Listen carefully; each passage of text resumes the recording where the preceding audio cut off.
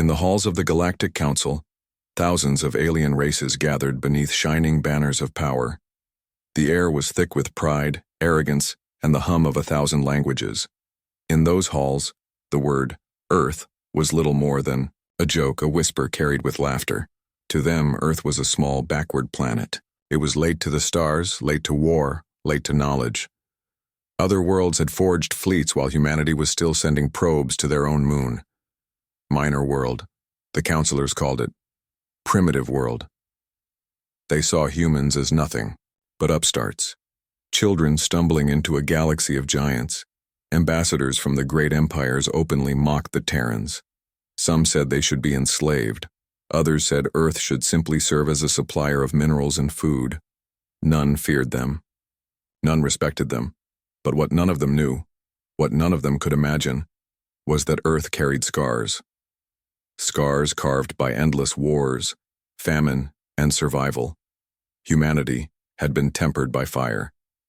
And the fire was not done burning. When Earth's first ambassadors arrived at the council, they were laughed out of the chamber. Documents of trade agreements were torn apart. Their requests for peaceful alliances were dismissed. The human delegation returned home in silence, but silence did not mean surrender. Back on Earth, the leaders of nations gathered. Soldiers, scientists, and visionaries filled the dark halls of a summit hidden deep beneath the surface. There, the bitter truth was revealed. The galaxy would never treat humanity as equals. They see us as weak, one general whispered. They see us as prey, said another. Then let us show them, replied the president, his voice steady, that prey can become predators. And so began Project Iron Dawn, a secret forged from desperation. The planet poured every resource, every genius mind, and every fragment of will into one purpose: the creation of a fleet unlike anything the galaxy had ever seen. Decades passed in silence. To the galaxy, Earth had gone quiet. Some believed the humans had given up. Some thought they had chosen isolation. Others forgot Earth even existed. But within the shadows of the Sol system, shipyards bloomed like metal forests. Dark matter engines, energy weapons, and hulls built from alloys no alien had dared imagine took form. The first Terran dreadnought was launched in silence, its hull black as midnight, its engines a roar of defiance. More followed. Battle cruisers, carriers, ships that seemed to breathe with purpose. The fleet was not large, but each ship was a monster, crafted with human stubbornness and human fury. Every crew member was trained not just in war, but in survival, the kind only Earth could teach. They were men and women who carried with them the memory of hunger, of storms, of blood spilled in trenches and deserts. Humanity's history had not been wasted. It had been weaponized.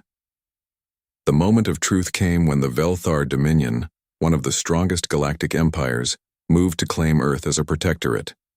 Their warships entered the Sol system with laughter and arrogance. "This world will kneel," their commander declared.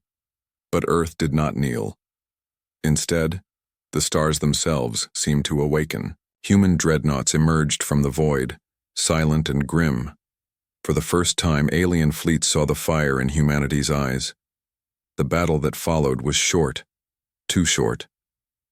The Dominion expected easy prey, but their ships fell like glass before the fury of human guns. Their shields cracked, their hulls split. And when the last Dominion vessel exploded in fire, the galaxy felt a ripple of fear. The message was clear.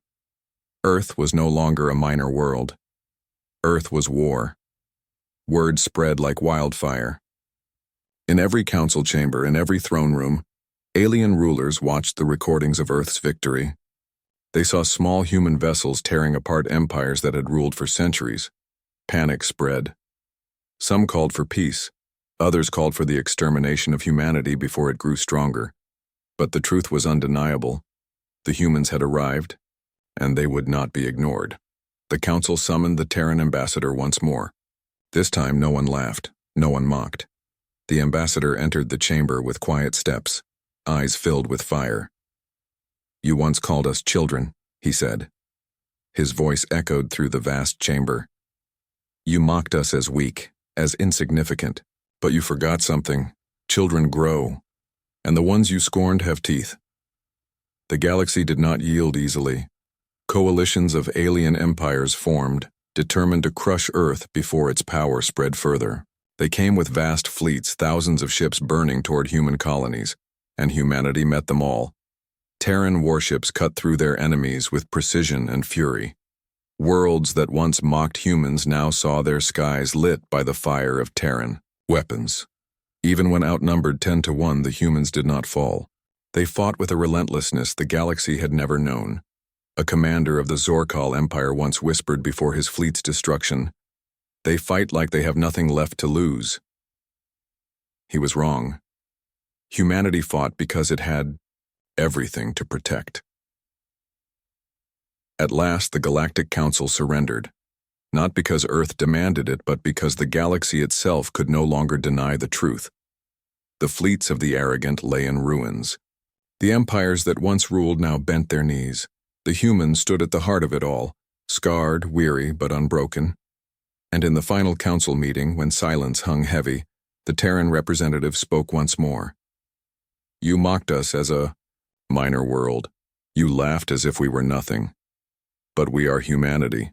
We have survived everything our own world threw at us: storms, plagues, wars, extinction itself. Did you think the stars could break us?" The council bowed their heads. For the first time in history, the galaxy trembled before Earth.